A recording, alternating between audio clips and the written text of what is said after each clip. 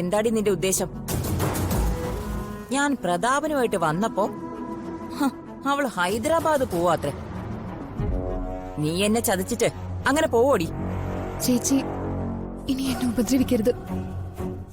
എന്നെ അനുസരിച്ച് നിന്നാ നിന്നെ ഞാൻ ഒന്നും ചെയ്യില്ല.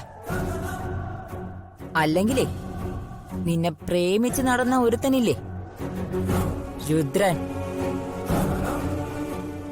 അവൻ പോയ വഴിയിലേക്ക് നീയും പോകും. കാലപുരിക്ക്. നിങ്ങള് എന്തിനാ ചേച്ചി ഇങ്ങനെ ഉപദ്രവിക്കുന്നേ? ഞാൻ നിന്നെ ഉപദ്രവിക്കല്ലോ, ഉപകാരം ചെയ്യുമല്ലേ ചെയ്യുന്നേ. ആ, നിനക്ക് നല്ലൊരു ജീവിതവും കിട്ടും, അതോടൊപ്പം എന്റെ ലക്ഷ്യവും നിറവേറും. പിന്നെ നീ എന്നെ ചതിച്ചിട്ട് പോകാനാണ് ഉദ്ദേശമെങ്കിൽ അംബികാവർമ്മയെ നിനക്ക് ശരിക്കും അറിയാലോ.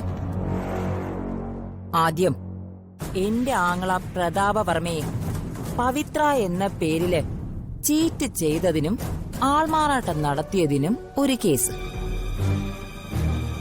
പ്രതാപവർമ്മ മുൻ വിദ്യാഭ്യാസ മന്ത്രിയാ, VVIP-യാ.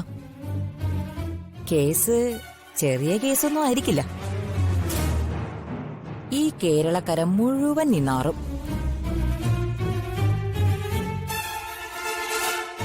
നീ കരയണ്ട. കരയാതിരിക്കാനാ ഞാൻ ചിലതൊക്കെ നിന്നെ കൊണ്ട് ചെയ്യിപ്പിക്കുന്നേ. ദേ, എന്നെ അനുസരിച്ച് നിന്നാ മാത്രമേ ഇനി നിനക്ക് രക്ഷയുള്ളൂ. ജപ്തിക്ക് വച്ചിരിക്കുന്ന ഈ വീടേ ഞാൻ ജപ്തിയിൽ നിന്ന് ഒഴിവാക്കി തരാം. നിന്റെ അപ്പൂപ്പനൊരു രോഗിയാ. ഈ അമ്പലത്തിൽ നിന്നും കിട്ടുന്ന പടച്ചോറും കൂട്ടുപായസവും അതൊന്നും കൊണ്ട് ജീവിക്കാൻ കഴിയില്ല. അയാളുടെ മരുന്നുകളെ ഞാൻ വാങ്ങിക്കൊടുക്കും. നിന്റെ അനീതിയുടെ പഠന ചെലവ് അതും ഞാൻ വഹിക്കും. അതിലൊക്കെ ഉപരി ഏതു നേരവും പെടഞ്ഞു വീണ് മരിക്കാൻ നിൽക്കുന്ന നിന്റെ കൊച്ചാങ്ങള തേജസ്. ചേച്ചി, അല്ല, ആ ചെറുക്കന്റെ ഹാർട്ട് ഓപ്പറേഷനും ഞാൻ നടത്തും. പക്ഷേ നീ എന്റെ ഒപ്പം നിക്കണം. എന്റെ ചതുരംഗ പലകയിലെ ഒരു കരു പോലെ.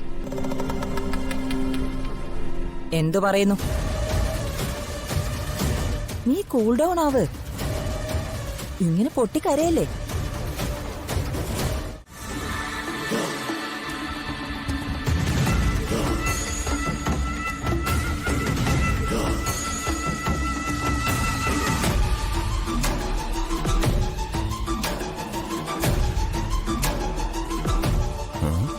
ഇവൻ പണിയൊക്കെ വൃത്തിയായിട്ട് ചെയ്യുന്നുണ്ടല്ലോ.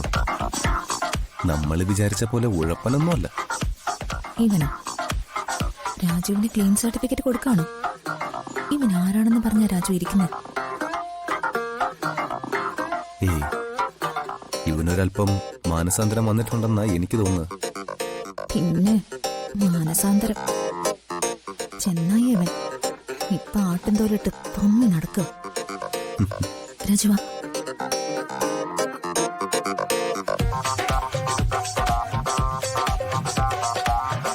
ഞങ്ങളെ ബോധ്യപ്പെടുത്താനാണോ ഈ ക്ലീനിങ്?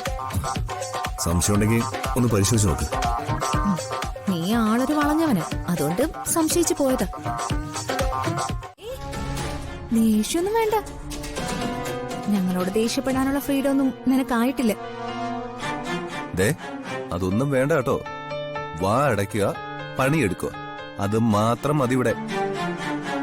നിന്റെ ശബ്ദം ഒരു മാസത്തേക്ക് ഇവിടെ ഉയരാൻ പാടില്ല. അല്ല, ടെറസിന്റെ മുകളിലുള്ള വാട്ടർ ടാങ്ക് കഴിയൂടെ? വാട്ടർ ടാങ്കോ? അതൊന്നും എന്നോട് പറഞ്ഞിട്ടില്ല. അതൊക്കെ ഇനി പ്രത്യേകിച്ച് പറയണോ ഇപ്പൊ? അതെല്ലാം നിന്റെ ജോലിയിൽ പെട്ടതാ. അതൊക്കെ ഇങ്ങോട്ട് അഭിപ്രായം ഒന്നും പറയണ്ട. പറയുന്നത് അങ്ങോട്ട് കേട്ടാ മതി. വാട്ടർ ടാങ്ക് കഴുകിയതിനു ശേഷം കിണർ തേകണം. ഇവിടെ പൊട്ടാളം വരണോ? എന്താ ഓർക്ക പറയടാ. നീ എന്താ പഴയ ആൾക്കാരെ പോലെ പിറുപിറുക്കുന്ന? അയ്യോ, ഞാനൊന്നും പറഞ്ഞില്ല. എന്തെങ്കിലും അഭിപ്രായം പറയണമെങ്കിൽ അത് മുഖത്ത് നോക്കി പറയണം. പിന്നെ ഞങ്ങൾക്ക് ഇഷ്ടമില്ലാത്ത അഭിപ്രായമാണെങ്കിൽ അടിമേടിക്കേ. എന്താ രാജു ഇവൻ പണിയൊക്കെ ചെയ്യുന്നുണ്ടോ അതോ തരികിടയാണോ? തരികിട കാട്ടിയ ഞാൻ വിടുവോ സാറേ? ഞാൻ വിട്ടാലും ഋതു വിടുവോ? കുറുക്കനവൻ കുറുക്കൻ. ഇവന് ഈ പണിഷ്മെന്റ് ഒന്നും പോരാ.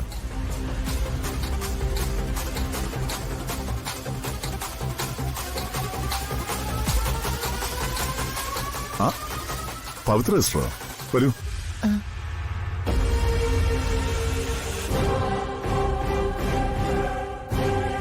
എന്താ സിസ്റ്ററെ, ഹൈദരാബാദിലേക്കുള്ള യാത്രയാണോ? പ്രതാപ, ആ ഒരു കാര്യം പറയാനാ സിസ്റ്റർ നേരിട്ട് ഇങ്ങോട്ട് വന്നത്. പവിത്രേ ആ യാത്ര മാറ്റിവെച്ചു.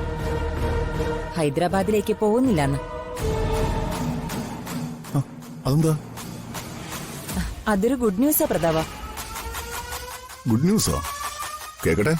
പ്രതാപൻ തുടങ്ങാൻ പോകുന്ന ചാരിറ്റി അസോസിയേഷന്റെ പ്രവർത്തനവുമായി പവിത്ര മുന്നോട്ട് പോകാൻ തയ്യാറാണെന്ന്. ഓ വെരി ഗുഡ്. എന്നാ സിസ്റ്റർ വരും. ചാരിറ്റബിൾ സൊസൈറ്റിയോ? അതെന്തോന്നു? അതെ, നിന്റെ അമ്മയുടെ മറ്റൊരു ഉടായിപ്പ്. ഋതുമോളെ, അയ്യടാ ഋതുമോളോ? ഇതെന്ന് തുടങ്ങി? എന്റെ ഫോണൊന്നും തരാവോ? നിനക്ക് എന്തിനാ ഇപ്പൊ ഫോണ്? എന്നെ ഒരുപാട് പേര് വിളിച്ചിട്ടുണ്ടാവും. വിളിക്കുന്നവരവിടെ കിടന്ന് വിളിക്കട്ടെ. അതിന് ഫോണൊന്നും തരാൻ പറ്റില്ല. പിന്നെ ഫോണ്